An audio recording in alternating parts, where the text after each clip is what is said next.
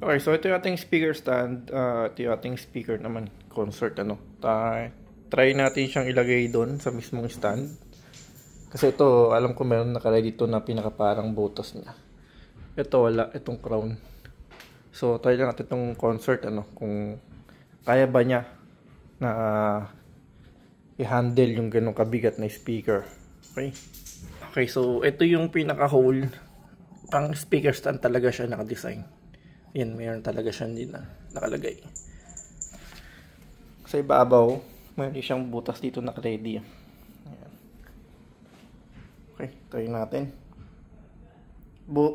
Toby, pakibuhat nga. Sabi ko buhatin, hindi ka tumuntong dyan. Ayan, so nalagay natin yung isa. Try naman natin yung isa din. Okay, so ito na yung dalawang speaker natin. And din yung dalawang speaker stand na bili natin on Shopee. So ayan.